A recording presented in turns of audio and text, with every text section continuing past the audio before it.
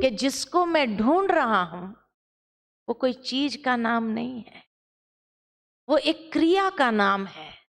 और वो क्रिया है सोचने की क्रिया। जब ढूंढने लगा तो सोचने की क्रिया शांत हो गई थी और उसी समय उसे मन की शांति का एहसास हुआ। आज हम लोगों का मन भी बहुत परेशान है। क्यों? क्यों? क्योंकि बाह्य दुनिया में इतना भटक रहा है, कभी हमारे पास समय ही नहीं है कि हम भीतर जाए, अपने मन के साथ कुछ बातें करें। अपने आप से भी कभी समय बिताओ, अपने आप से भी कुछ बातें करो, लेकिन वो टाइम नहीं है हमारे पास। इतना हम बाह्य जगत के अंदर मन से भी भटक रहे हैं। और जब से इंटरनेट, व्हाट्सएप, ये सब साधन आए, तब से लेकर तो पता नहीं कहां कहां मन चला जाता है।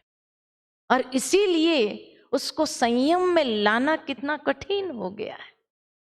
जब संयम में ही नहीं आता है तो प्रसन्नता, सरलता, गंभीरता, शांति, आत्म संयम, अंतकरण की शुद्धि कहां से होगी? आज की दुनिया के अंदर छोटे छोटे बच्चे कितने साइबर क्राइम्स में जुड़े हुए हैं। सोचने की बात है, शुद्धि नहीं है। कितनी विकृत दिमाग हो गया है, कितनी अशुद्धि अंतकरण में आ गई है, जिस कारण उसका मन किस दिशा में चल रहा है पता ही नहीं चल रहा है। तो ये मन की साधना, मन की तपस्या, तो मन, वाणी और शरीर संबंधी तपस्या तो देखा। अब उसमें 3 बातें, सात्विक, राजसिक और तामसिक। तो ये तीनों तप में जब भौतिक फल की इच्छा नहीं होती है, लेकिन केवल ईश्वर अर्पण भाव है, परम श्रद्धा से संपन्न है, वो सात्विक तप है, वो सात्विक तपस्या है।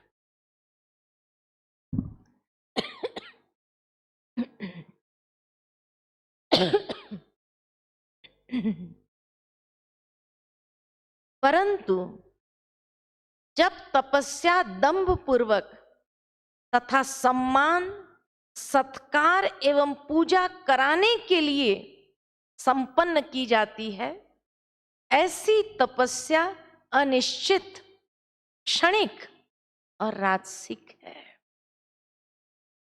और जो तप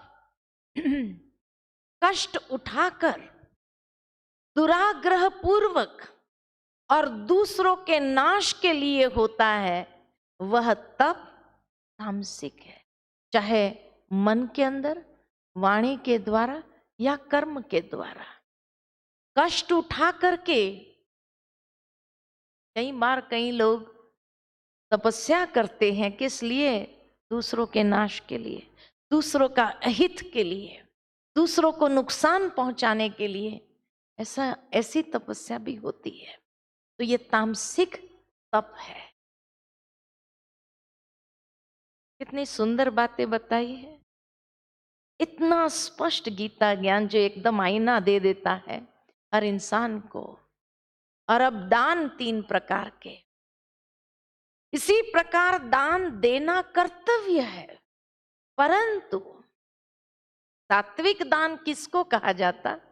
कि जो दान उचित समय पर और उचित स्थान देखकर योग्य पात्र को दिया जाता है, जिसमें प्रत्युपकार की अपेक्षा नहीं होती है, वह दान सात्विक माना जाता है। फल की इच्छा नहीं कि मैं दूं और मुझे कुछ रिटर्न में मिले, ये नहीं भावना, लेकिन दूसरे के कल्याण के लिए, योग्य स्थान, योग्य समय, योग्य पात्र को देख करके बिना किसी अपेक्षा के जो दिया जाता है वो सात्विक दान है।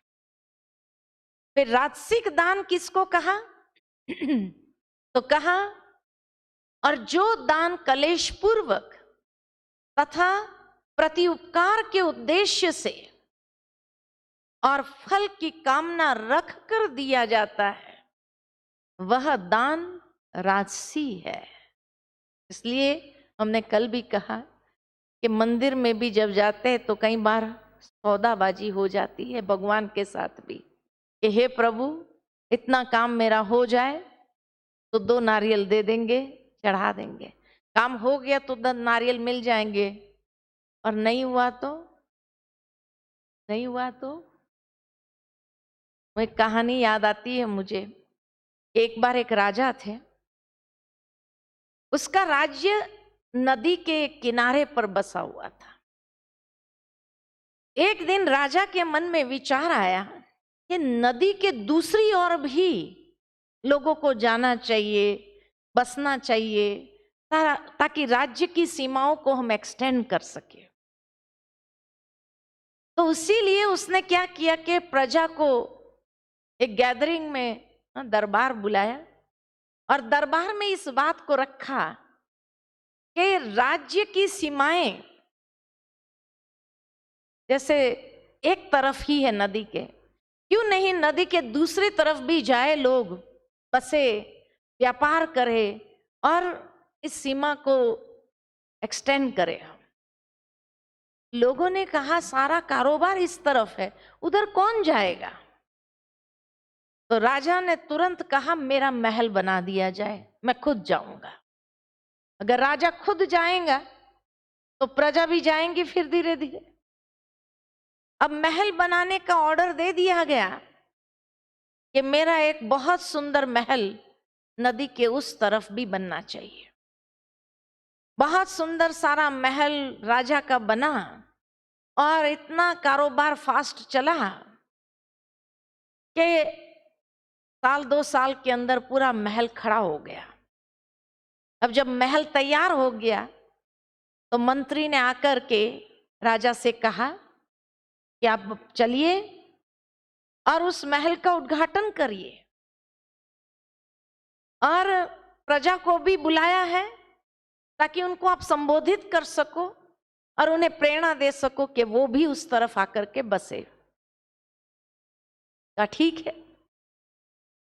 अब उस जमाने में ब्रिजेस तो थे नहीं, नाव से ही जाना पड़ता था।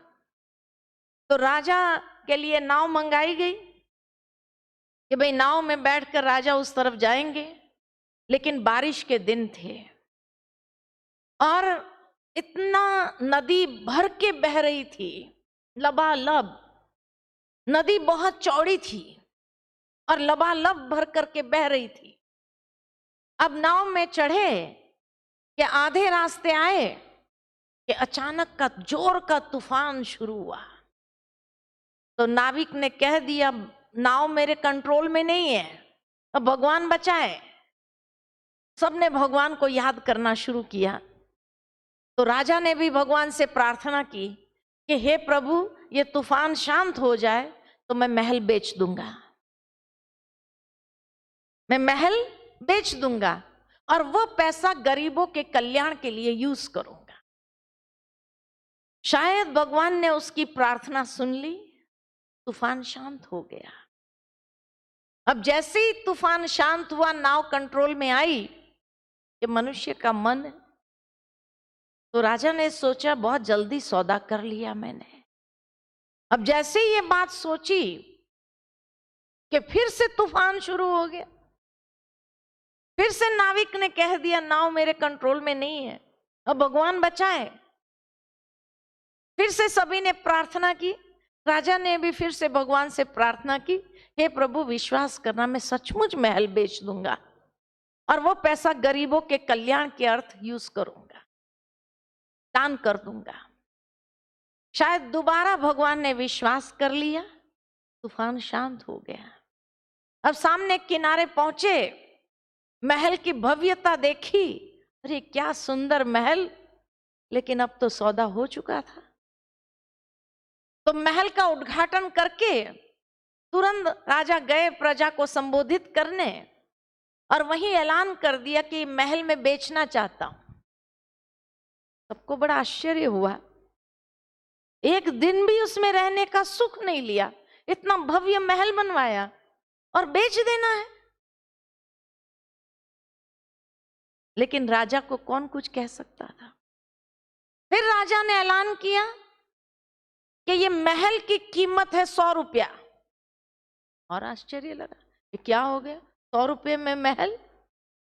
लेकिन राजा ने कहा कि जो ये महल खरीदेगा उसको एक बिल्ली जरूर खरीदनी पड़ेगी, और बिल्ली की कीमत है 5 लाख रुपया।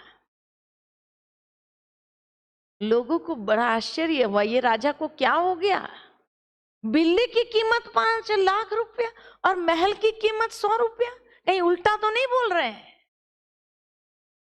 लेकिन कौन पूछेगा। एक व्यक्ति सभा में ही खड़ा हुआ, ये लो 100 रुपया, महल मैंने खरीद लिया, बिल्ली का पैसा बाद में दूंगा। महल खरीद लिया। अब भगवान से जो वायदा किया था कि महल को बेचकर वो पैसा दान दे करके, बिल्ली का सौदा भगवान से थोड़ी किया था। तो 100 रुपया दान किया और बिल्ली का पैसा जेब में डाला। ये आज के मनुष्य की मनोवृत्ति है, जहां भगवान के साथ भी ऑनेस्टी नहीं है, ईश्वर के साथ भी ऑनेस्टी नहीं, तो मनुष्य के साथ तो क्या होगा।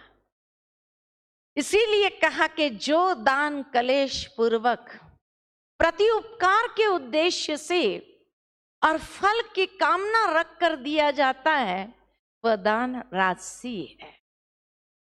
और तामसी दान के जो दान बिना सत्कार किए, तिरस्कार पूर्वक अपवित्र स्थान, अनुचित समय और कुपात्र को के लिए दिया जाता है, वह दान तामसी है। वह दान तामसी। अनुचित समय, कुपात्र, बिना सत्कार किए, कोई सेल्फ रिस्पेक्ट नहीं, न खुद का न औरों का, और तिरस्कार पूर्वक, ऐसे भी दान करते हैं। और इसीलिए जब ऐसे कुपात्र को, इसीलिए कहा जाता है कि कलयुग के अंदर दान करो तो भी सोच समझ के करना, कुपात्र को दान नहीं करना। क्योंकि कुपात्र को दान करके हम अपने ही कर्म बंधन को बढ़ाते हैं। कैसे?